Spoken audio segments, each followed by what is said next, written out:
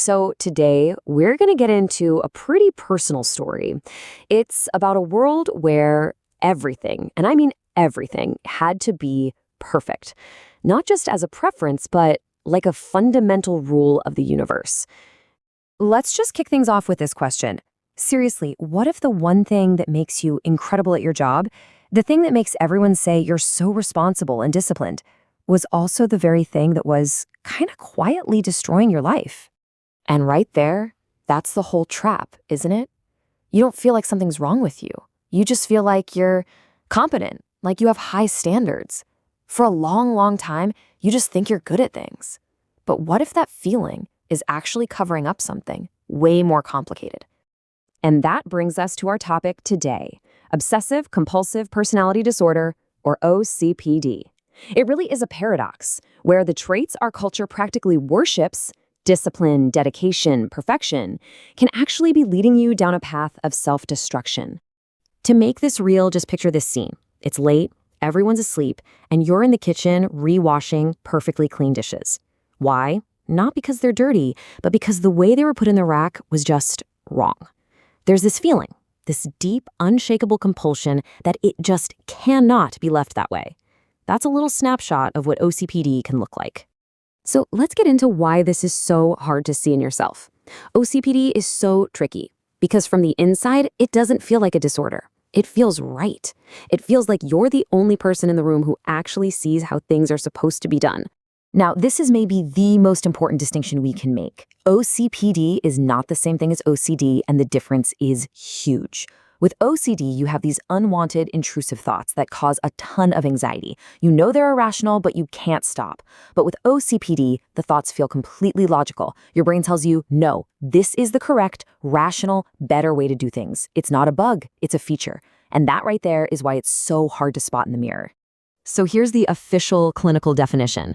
But I want you to pay close attention to that last part, at the expense of flexibility, openness, and efficiency. That's the key. That is the exact moment when a strength becomes a weakness. When your perfectionism actually stops you from being effective, from being open, from just living. All right, so what does this actually look like day to day? Well, the official diagnosis involves a pattern of at least 4 of 8 specific traits. Think of them as the 8 different faces of this kind of perfectionism. Let's walk through them.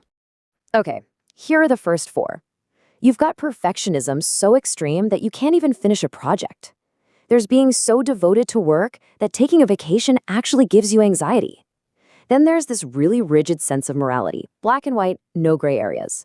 And finally, being unable to throw things away, not because they have value, but because the act of discarding them feels irresponsible or just plain wrong. And that devotion to work point, man, this says it all, doesn't it? It's not about being a hard worker. It's about being fundamentally unable to disconnect, even in a moment that is supposed to be one of the most important in your life. The on switch is just stuck. And here are the other 4. You've got that reluctance to delegate anything because deep down you're just sure no one else can do it right. A real anxiety around money that goes way beyond being careful. It's more like you're saving for a catastrophe that's always just around the corner. Then there's stubbornness, where being wrong feels like a total failure. And finally, this deep inflexibility, where any change in the plan feels like a genuine physical threat. And here's the real kicker. From the outside, none of this looks like a disorder. The person who works all the time, they're seen as dedicated. The one who's obsessed with details, oh, they're so thorough. The one who never bends the rules, they have integrity. Our society literally rewards the symptoms, and that's exactly why this can hide in plain sight for an entire lifetime. Okay, but what's the actual cost of living like this? Let's talk about what it feels like on the inside and the damage it can do to the people on the outside. This just nails the internal experience. It's not always a big, loud panic attack. It's this constant, low-level buzz of anxiety.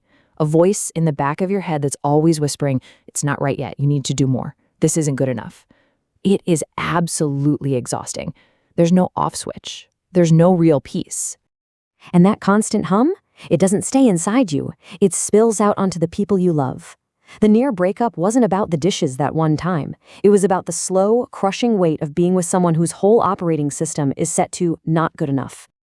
And there it is. That's the devastating result.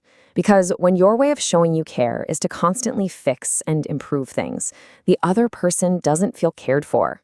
They feel managed. They feel like a project that needs to be perfected. And no relationship can survive feeling like a constant performance review. So, is there a way out? Can you escape this cage? Yes, absolutely. But it's not some quick fix. It's slow, intentional work. Let's take a look at what that path can actually look like. A lot of times, the change starts with one simple question, usually from a therapist. Okay, but what is the actual worst-case scenario here?